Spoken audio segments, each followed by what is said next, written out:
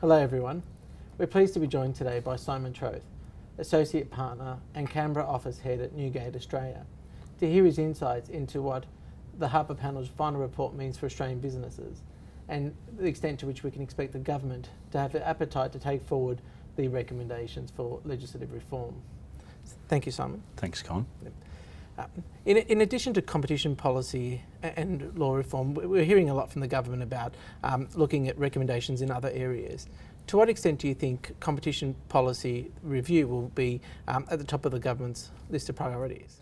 Con, for a government that's supposedly scared of reform, it's actually put a lot on its plate this year. So it's got things like the Productivity Commission review of the Fair Work Act, the Taxation White Paper with a discussion paper released this week, and now the Harper review, which will be a fundamental change, as the first big change since the Hilmer review to Australia's competition law, with particularly broad-ranging effects across large and small business. So I think it's been quite courageous in the true sense of actually taking this on. It's had a very eminent panel that's given it some strong recommendations this week on how to make processes more transparent, how to reform laws. So I think the government, from our discussions, is putting this pretty high on the agenda. We understand the Prime Minister will shortly be briefed by his senior officials and senior advisors on the in-depth aspects of this report. And they're putting one of their most energetic, articulate retail politicians, Bruce Bilson, the Minister for Small Business, to spearhead this reform. So I think in that sense, we saw last year that the government had some issues in terms of selling reform to the community. These will be substantial reforms, make no mistake about it, but I think the government will certainly be putting these items high on the agenda for this coming year. Just focusing on the misuse of market power provisions, that has been something which has featured quite prominently in the press of late, and whenever there's discussion about amending those laws, it's always quite a controversial topic.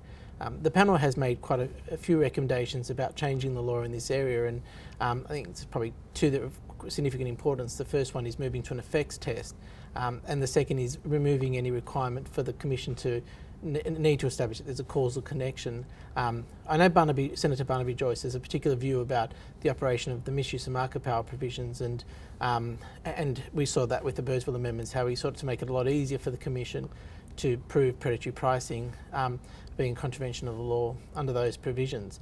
So to what extent do you think the Coalition will be able to reach a consensus view internally as to how the misuse of market power provision should operate? It will certainly be challenging, Con, because the National Party's core constituency of farmers and rural communities do have some serious concerns that they've expressed in the past about misuse of market power and predatory pricing being used to their detriment. So the Prime Minister and his Cabinet will have to take those concerns into account.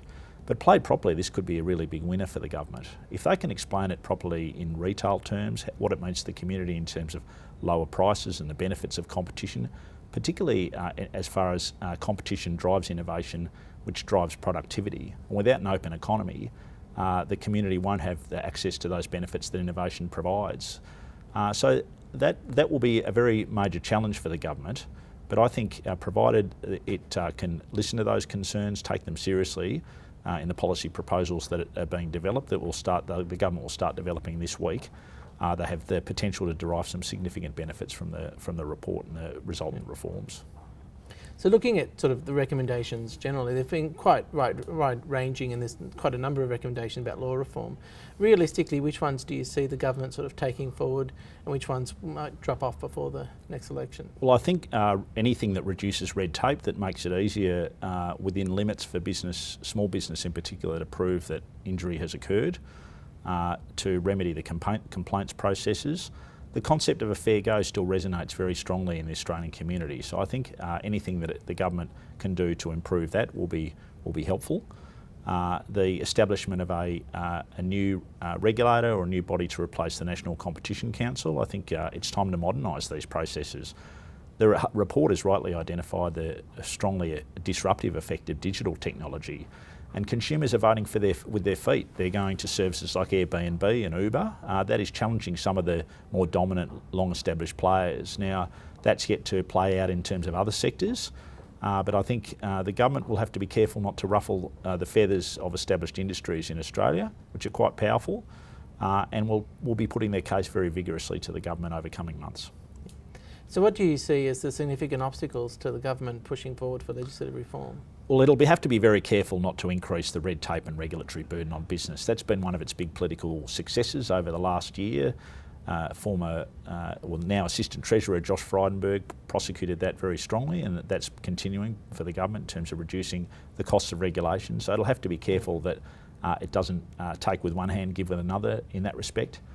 I think they'll have to get out there and sell it and sell the benefits to the community. That's very, very important. They need to prime the community for what's to come, make it clear to them what the benefits are to the community rather than explaining in abstract or theoretical terms. I think that will be very important. That's really best practice communication to prime the community for what's going to come. And make sure that they persevere with it, that they don't just drop it, talk about it 1 minute, drop it the next. I think it's important to have that continuing conversation with the community. The government's also faced significant roadblocks getting its legislation through the Senate, and I think that may well continue with some of the reforms out of this. If some of the crossbench senators believe the small businesses in particular are being targeted, then you'll have significant opposition from senators like Senator Lambie, Senator Glenn Lazarus and others. So I think that the government will be casting any policy proposals with one eye to securing broad support in the Senate.